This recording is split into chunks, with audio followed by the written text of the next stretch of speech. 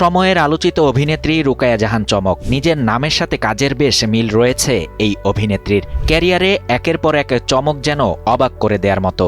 তবুও থেমে নেই ছোট পর্দায় জনপ্রিয় এই অভিনেত্রী। ২৪শে জুলাই গণঅভ্যুত্থানে যে সকল তারকারা ছিলেন জনগণের পক্ষে, দেশের পক্ষে, যারা কথা বলেছেন ফ্যাসিস্টের নির্মমতার বিরুদ্ধে, তাদের মধ্যে অন্যতম চমক।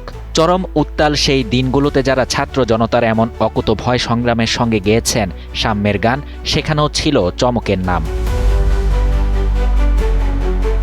আসন্ন জাতীয় সংসদের সংরক্ষিত নারী আসনের নির্বাচন নিয়ে শুরু হয়েছে নানা গুঞ্জন। একক সংখ্যাগরিষ্ঠতা নিয়ে সরকার গঠন করা বিএনপি এবার এই আসনগুলোতে রাখতে পারে রাজনৈতিকভাবে গুরুত্বপূর্ণ অবদান রাখা নারী এবং জুলাই গণঅভ্যুত্থানের আলোচিত কণ্ঠস্বর। তাই তো ইতোমধ্যে অনেককেই দেখা গেছে বিএনপির মনোনয়নপত্র সংগ্রহ করতে। অবশেষে এবার সেখানেও চমক দেখালেন চমক।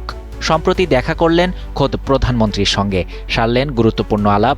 তিনি কুষ্টিয়া থেকে সংরক্ষিত নারী আসনে বিএনপির হয়ে নির্বাচনে অংশ নিতে চান এবং সেই লক্ষ্যে দলটির মনোনয়নপত্র সংগ্রহ করেছেন।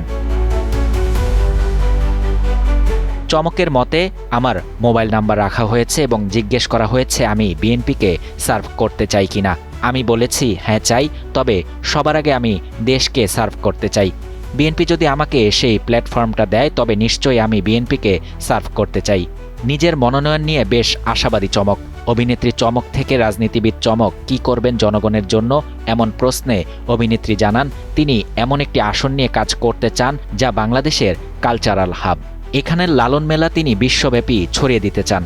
চমক বলেন, আমি বিশ্বব্যাপী লালন মেলাটা এমনভাবে ছড়িয়ে দিতে চাই যেন মানুষ অপেক্ষায় থাকে কবে লালন মেলা হবে। এদিকে সামাজিক যোগাযোগ মাধ্যমে অভিনেত্রী লিখেছেন, নতুন জার্নি শুরু করলাম, আলহামদুলিল্লাহ, শীঘ্রই বিস্তারিত জানাবো, পাশে থেকো, দোয়ায় রেখো। এর আগে ত্রয়োদশ জাতীয় সংসদ নির্বাচনে ধানের শীষ প্রতীকে ভোট দিয়েছিলেন এমন ছবি পোস্ট করেছিলেন ফেসবুকে। আর এবার তো বিএনপির হয়ে নির্বাচন করতে চান খোদ এই অভিনেত্রী।